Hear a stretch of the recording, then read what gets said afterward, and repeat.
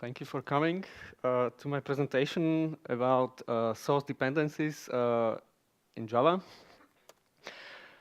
My name is Peter Palaga. I work at Red Hat Middleware as a sustaining engineer. Is there anybody here who has an idea what a sustaining engineer is doing? Also, there's a difference between core developer who is working on new features and coding from scratch, and a sustaining engineer whose primary responsibility is to fix issues reported by customers for products that are already in production. So that's my daily job. I currently work in JBoss Fuse team. Earlier, I worked in JBoss EAP and others. I'm the author of the tool presented here, and the views presented here are my own. We will start with the concept of source dependencies. We will shortly introduce what are they good for. Then I will show you an implementation for Java called srcdeps. Then there will be a short demo, and we will discuss the known limitations of the tool. So let's start with the usual dependencies. Software projects often depend on artifacts produced by other projects. Those artifacts are usually available in repositories such as Maven Central, and it is a responsibility of the build tool to download those binary artifacts and add them to the class path, to the build class path, test class path, however necessary. On the other hand, source dependencies are based on the idea that a build of every Git commit is deterministic enough. So once we have the source code of the dependency, it's enough to use it as a dependency in the dependent project, but we need a tool that is able to check out the sources, to build them, and add the freshly built artifacts to the class path as necessary. Already at this point, you may have noticed that the artifacts that are used in my dependent project didn't need to be really released as binaries to an artifact repository, such as Central, which is a substantial advantage of this approach, of the whole concept. The idea isn't new because there are tools that have it already for some time, such as Ruby. If you use the tool called Blender, you may not only declare your dependencies as usual binaries at the top, but you can also declare source dependencies as done at the bottom. There's a GitHub repository there and a specific commit that the tool is supposed to check out, build, and add to the build path. Similar for Scala's SBT, there's the usual binary dependency at the top and a source dependency at the bottom. What is this good for? As I said, the central advantage is that you may use something that hasn't been released for whatever reason, but you need the code. If you have the code, and if the license of the code allows you to build it or even change it or whatever to do with it, you can use the code as a dependency, although it wasn't released, right? Oh, broken slides. Never mind. So testing and integration is a good example of such a situation. You have some important dependency, a framework or platform, application server, whatever, that is very important to you, and you know that there's some heavy development happening there, and you want to ensure that your integration tests are passing with each commit of them, because you don't want to upgrade every 2 weeks, months, whatever they produce, and consume a huge set of changes.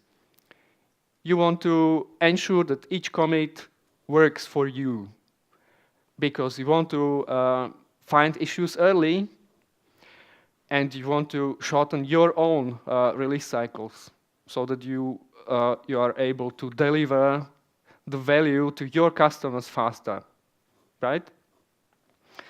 The picture that is a bit screwed, it should be two slides actually, illustrates the environment where I work.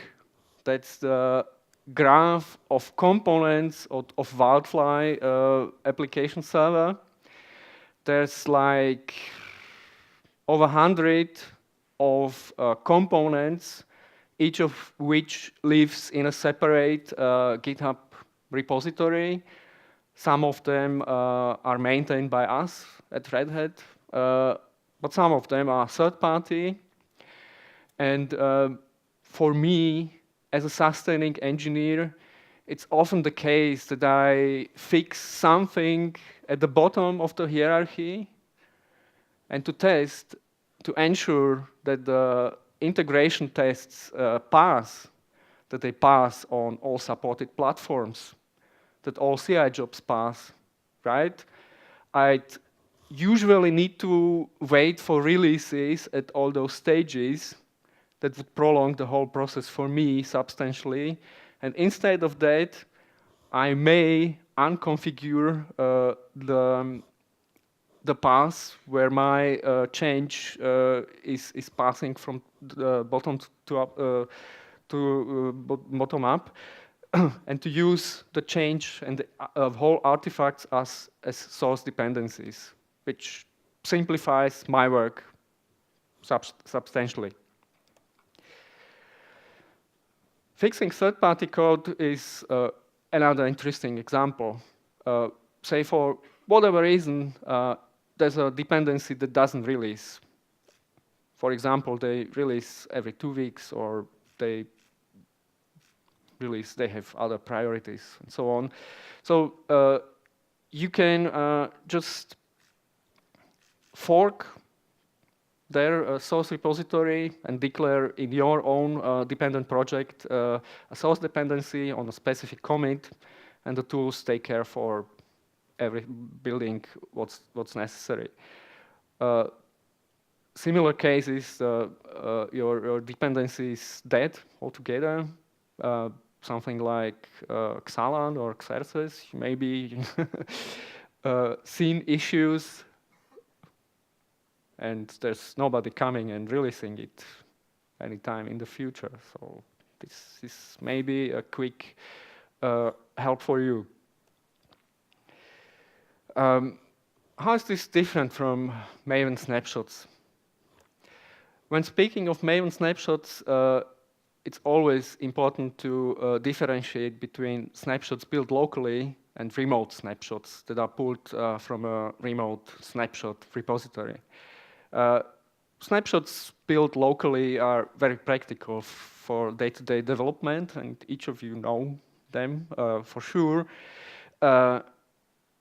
But it's quite hard to share the state between your laptop and colleagues and CI, for example, because the knowledge which particular commit of your dependency is supposed to work with which particular commit of the dependent project is somehow hidden on your laptop or in your head, and it's not explicit from either the dependent project or anything else, how to combine those two together.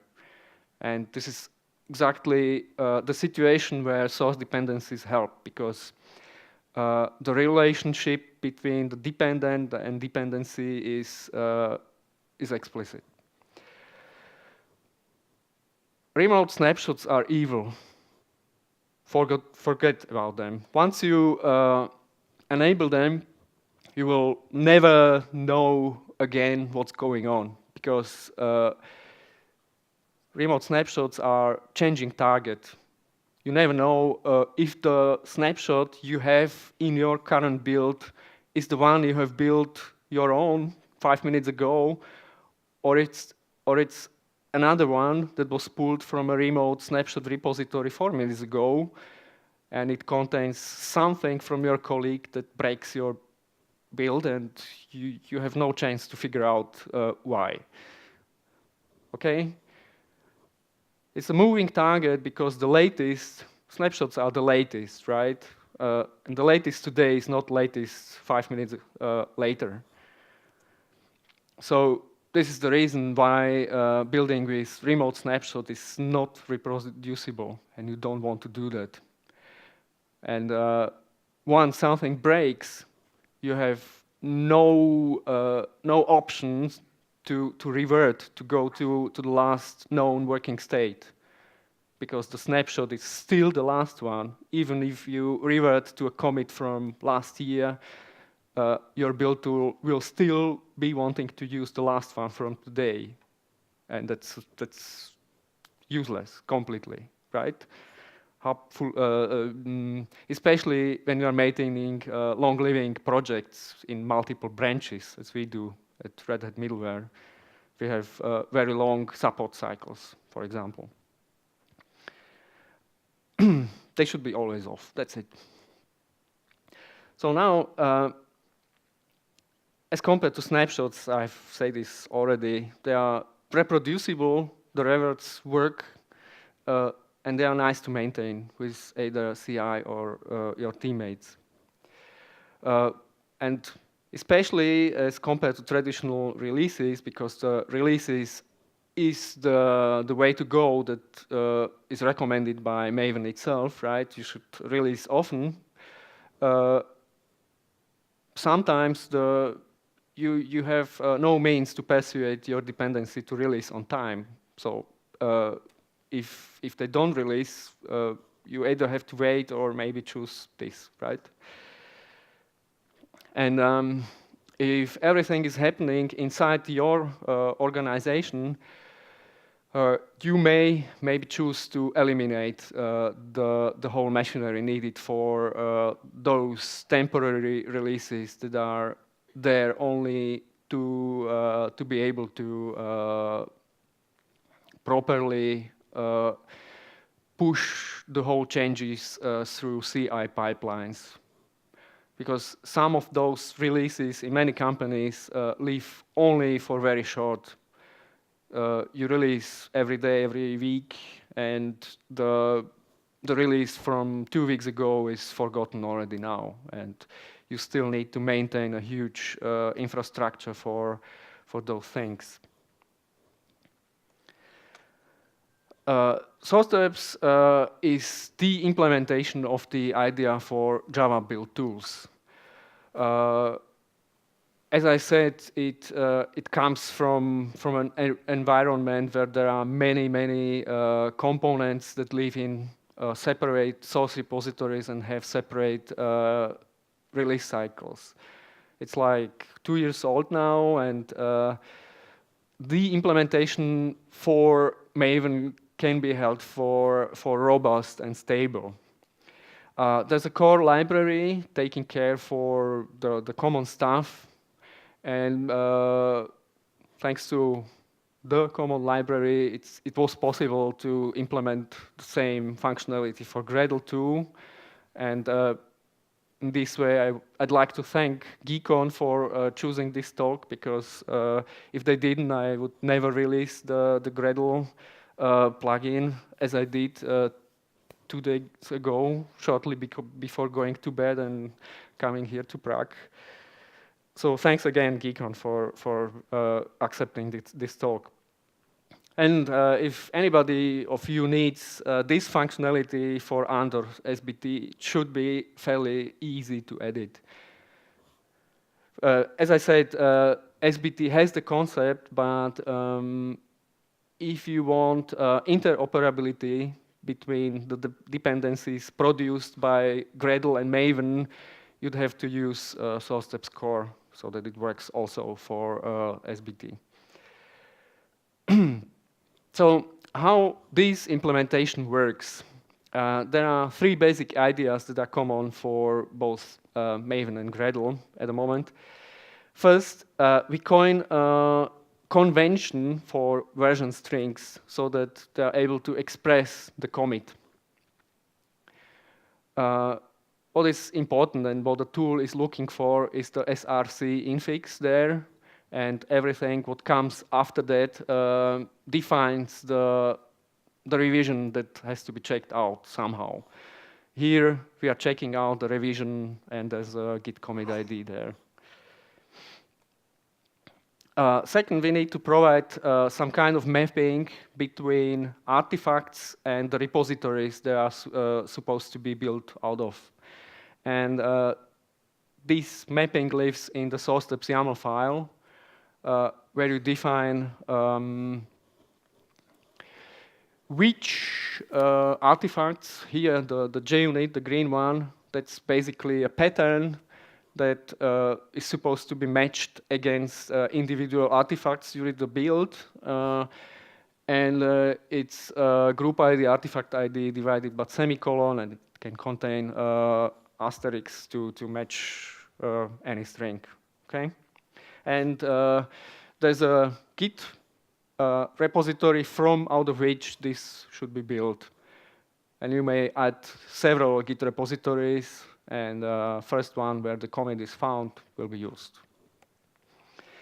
Third substantial idea important for the implementation is to have a mechanism to trigger the build of the dependency. This is naturally different for Maven and Gradle. In Maven, we use the API called Maven Core Extensions, and this allows to replace substantial parts of Maven with your own implementations, and we are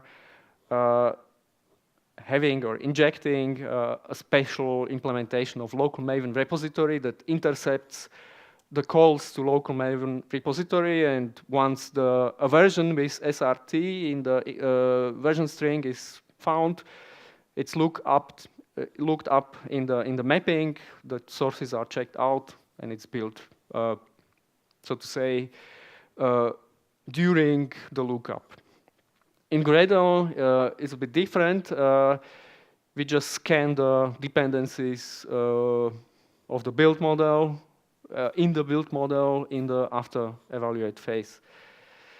So once again, when an artifact with src in revision is seen, we find a Git URL in the configuration, we check out to some local repository, we change the versions in the checked out sources to whatever we want to depend on, right? We replace whatever string they have there with any src revision we depend on. And then we build it like that and install to the local Maven repository when the primary build sees it, as it was there from the beginning. So now a short demo with Maven.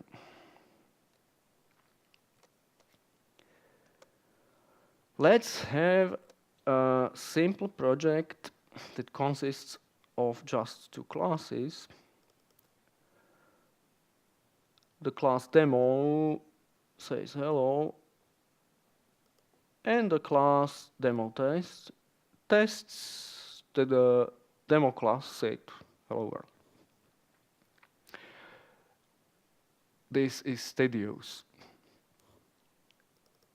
We want this to work like this.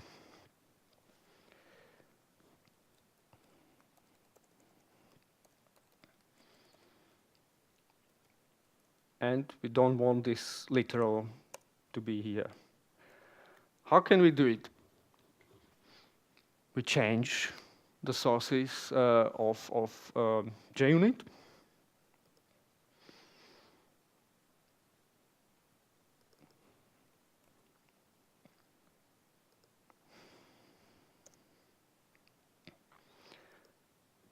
We add a new method.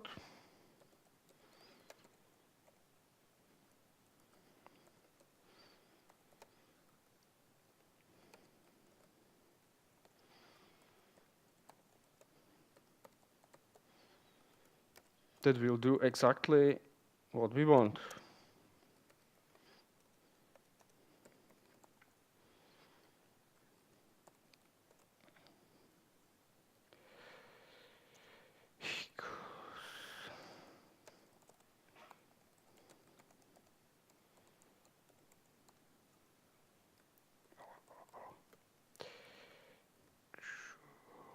Expected will be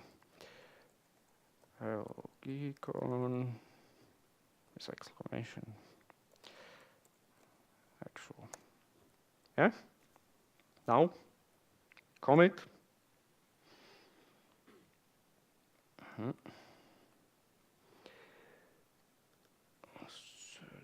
GeeCON. Edit. The commit is there in the history.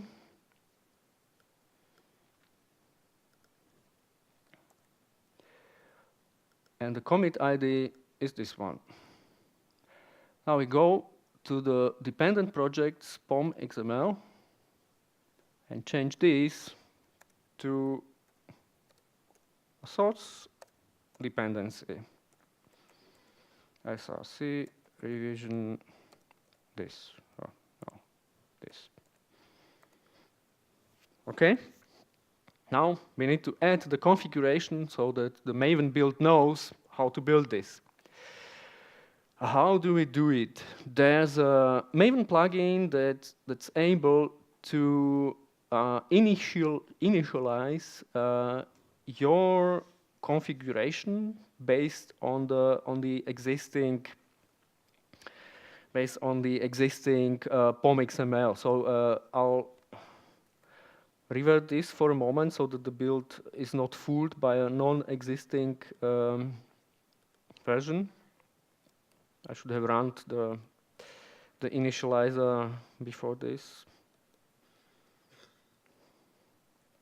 It's this one. The plugin is the init goal. Have I saved everything? Yes. And it failed because there's no POM in an improper directory. I should have gone here. This one. So now it created two files, one of them being the mapping. It was able to find out the Git repository for Maven metadata. It's there in POM, insane project. Some projects have outdated Git URLs there. Some projects don't have any URL there, so the output of the initializer is sometimes not perfect. And you sometimes want to adjust the things that it produces. And we want to switch to my local Maven, to my local Git repository because I'm lazy to push it to GitHub. And I would not want to push it to JUnit's own repository or propose it as a as a change. So now the tool knows how to map those that commit in POM XML to a source repository. The second part is extensions XML. That's the file where you can declare the core extensions of Maven. And we are replacing local, the implementation of local repository. And our local repository is just looking for those src infixes. Have I saved everything? Yes. So now I will issue the build command. But before I do it, so that you see that I'm not cheating you, I will show you that there's nothing there in my local Maven repository from the previous builds, so that you see here this would show the versions available in my local Maven repo, not minus like this. So that's just JUnit 4.10 and that's it. Okay.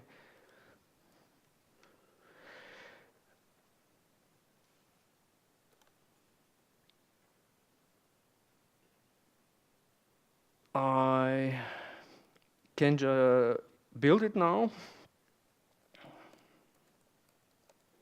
Clean test. I'll make it bigger. I hope you can read it a bit. No, it's too complicated to enlarge. But what's going on here?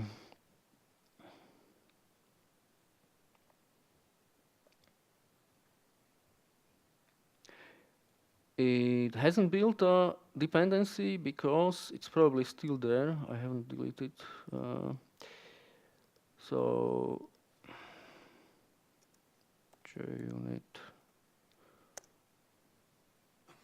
JUnit, yeah, this one. I will delete it manually.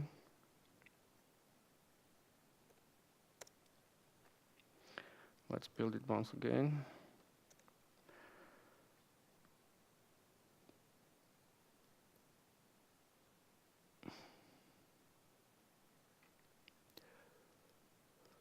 Clean is cleaned.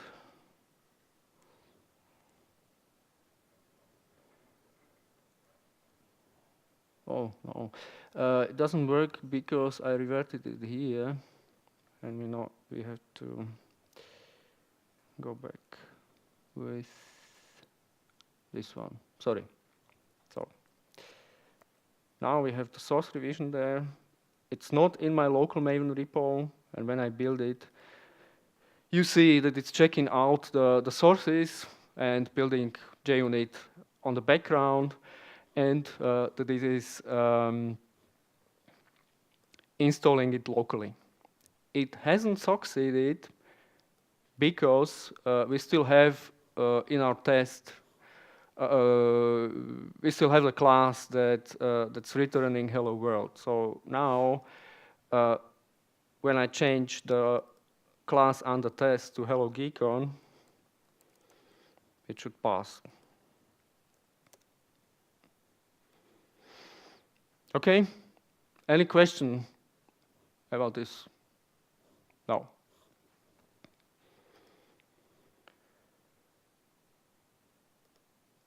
So, Gradle. It's very new, and you will surely see issues of all kinds. The objective is to support all kinds of combinations of dependencies between Gradle and Maven projects, such as Maven depends on Maven, which already worked, as we have shown in the demo, but Maven project may want to depend on a Gradle project, and Gradle project may want to depend on Maven, and so on. So that this exchange works between Gradle and Maven, I have chosen to choose Maven local repository also as a place to share the dependencies also for Gradle. It's not uncommon to use Maven local repository with Gradle. If you are using local snapshots, you will probably use Maven local repository also for with Gradle. Gradle is different. If anybody of you knows both tools, Maven is declarative. Everything lives on a well-defined place, such as artifact IDs, versions, and so on. In Gradle, this can be scattered all over any Gradle build script. And such a mechanical transformation as with Maven is not possible with Gradle. So Gradle needs to be defeated with its own means.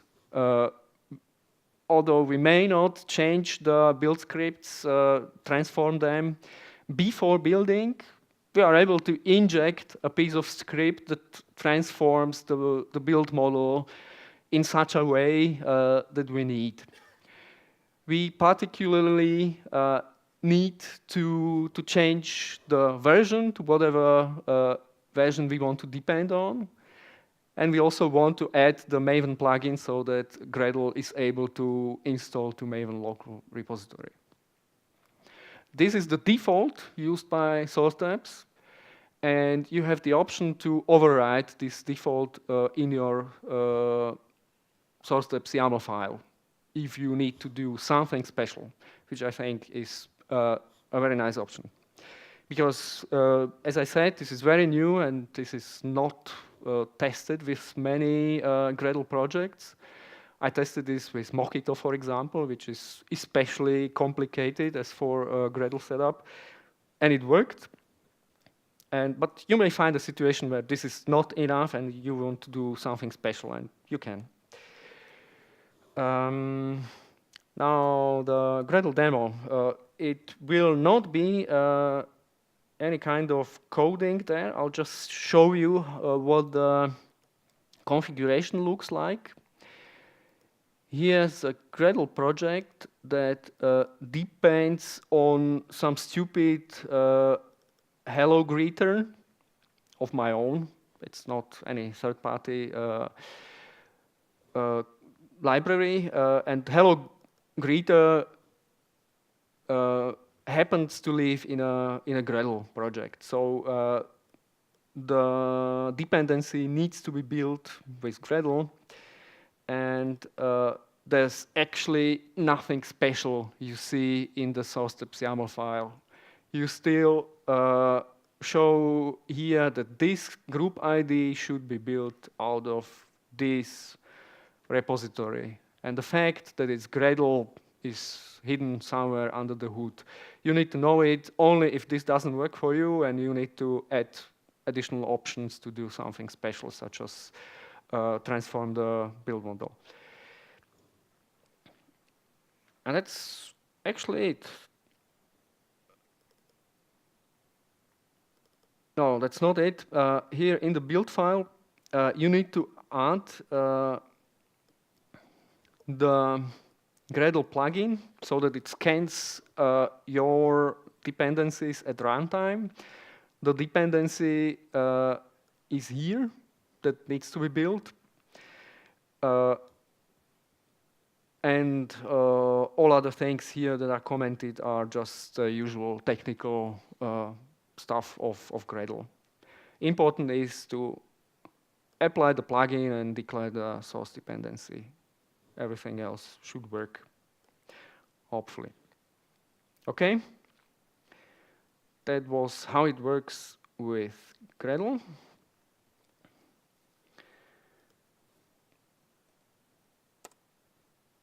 And we can comment on some features that you may find interesting. Except for depending on revisions, branch and, the one of them, the third one should be tag, source minus tag name. So you may depend on branches too, and tags.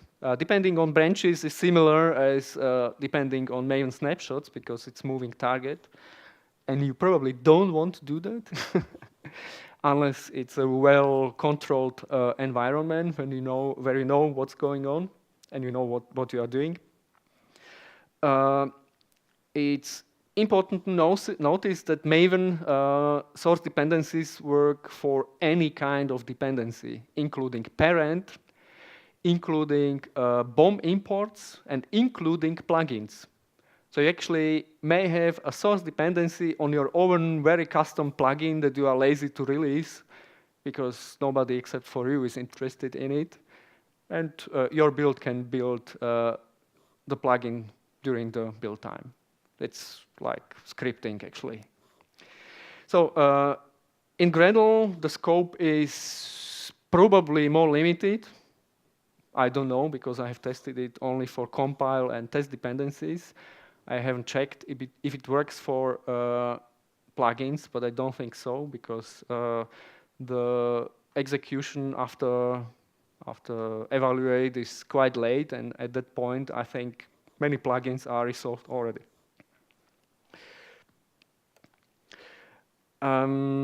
There are some options you may find interesting, such as verbosity of the dependent builds. If there's something not working there, you may want to increase the verbosity and see why it fails. Then you may add custom arguments to the build so that it builds faster. For example, to skip check styles, skip license checks, and whatever slow task you have there. And Maven adds skip tests by default, because we are supposing that you already want to integrate things that were tested somewhere else. There's also build timeout, because sometimes it may fail somehow, and the outer build doesn't notice otherwise than by checking the timeout. There's also something called fail with, for example, a specific goal, because you probably don't want to release a project that has source dependencies. And the whole reference is available under the link there. So, limitations. After seeing this demo and all those features and ideas, can you think of any limitations?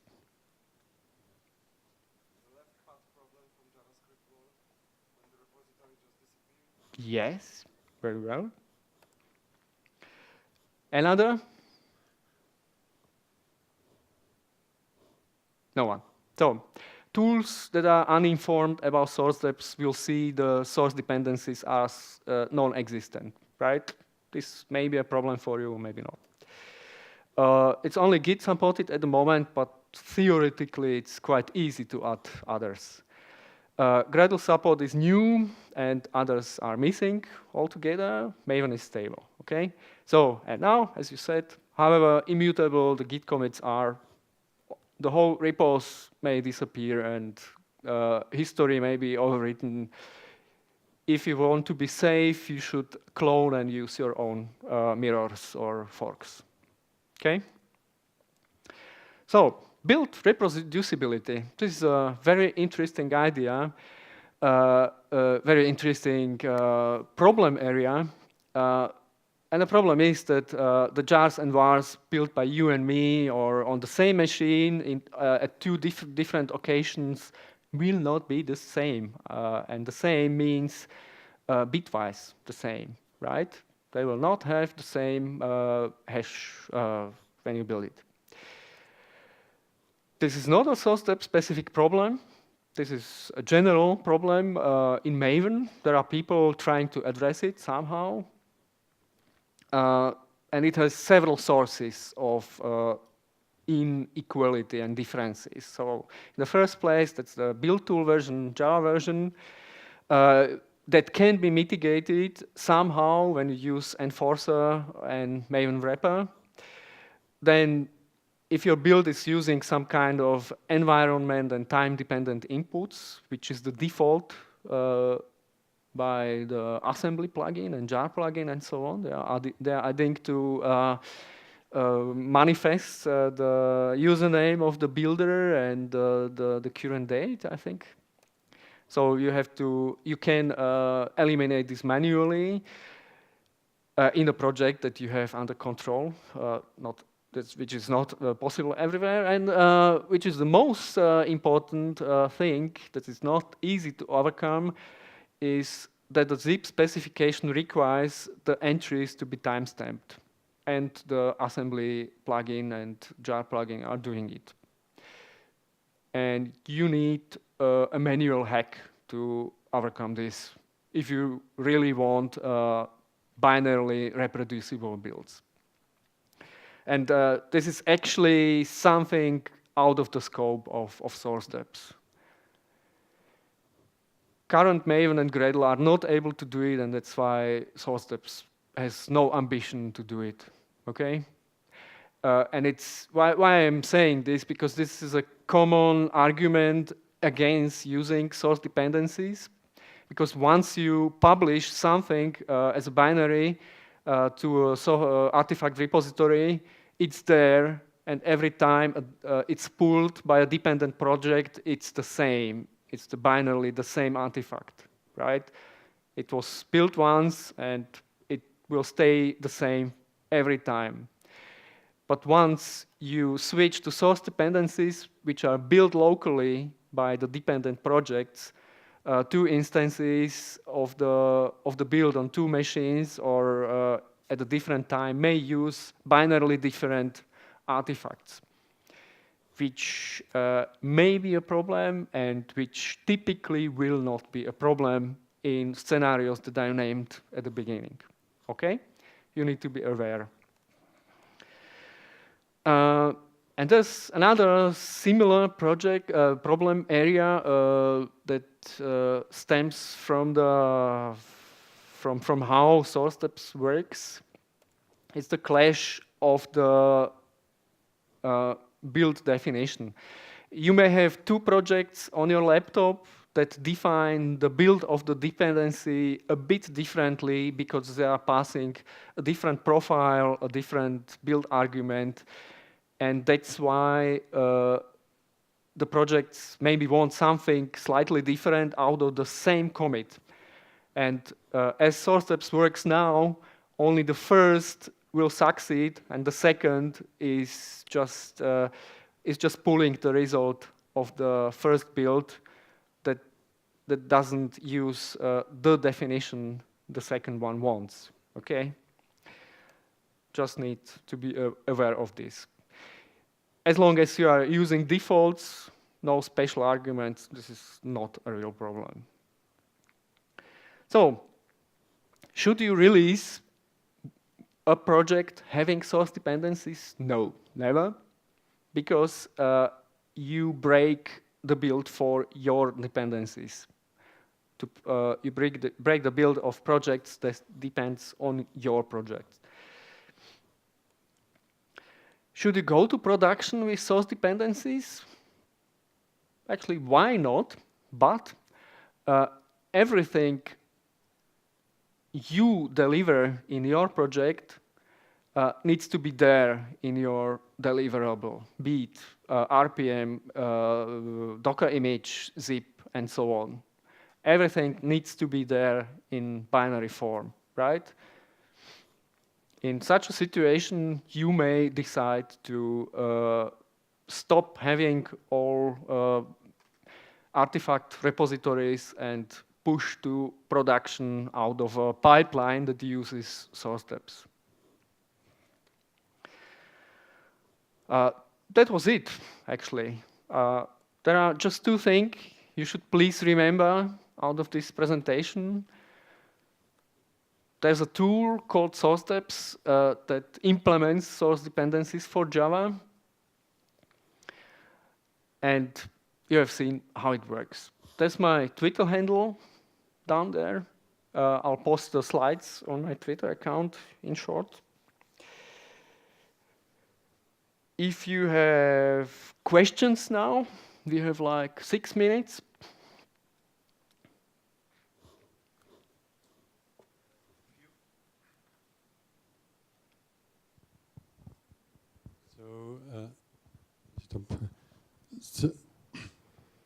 So if you have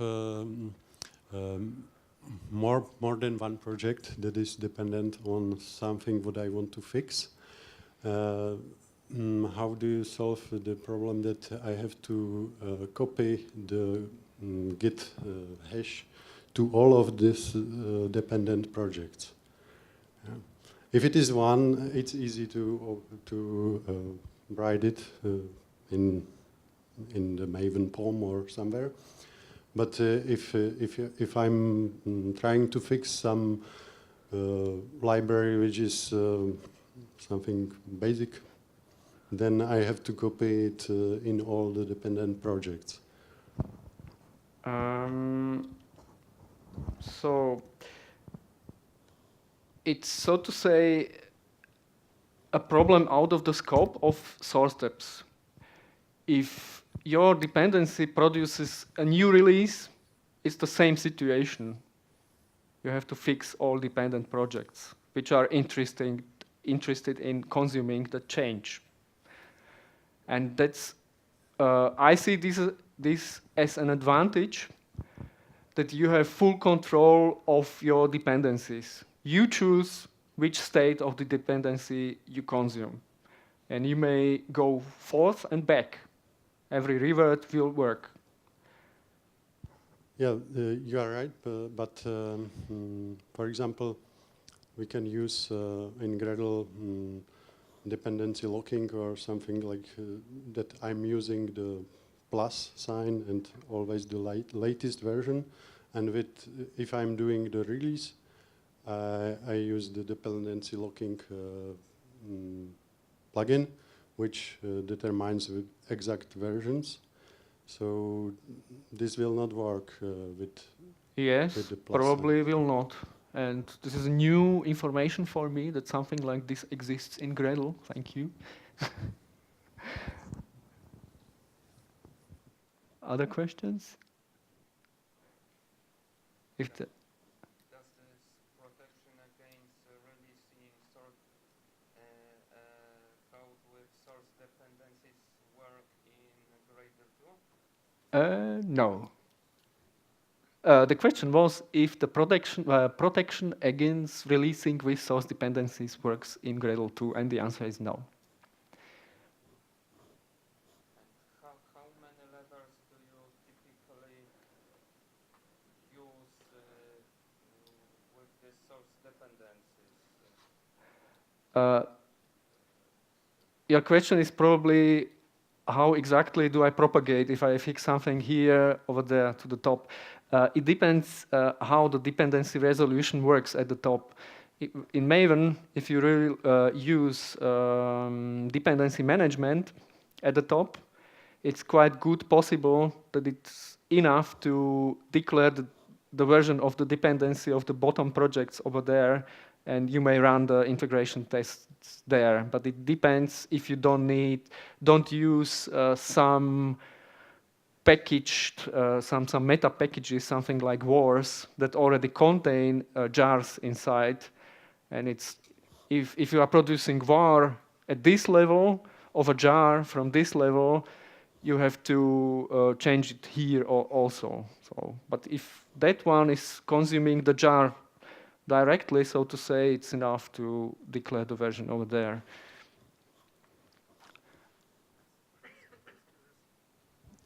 I was curious, when we define the source dependency, we define the version as version dash src dash revision and the commit hash.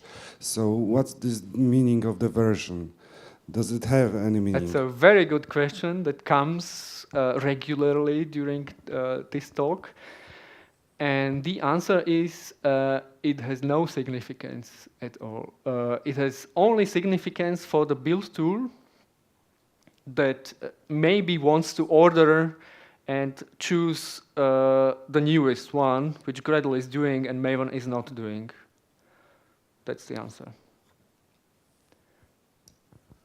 So many questions.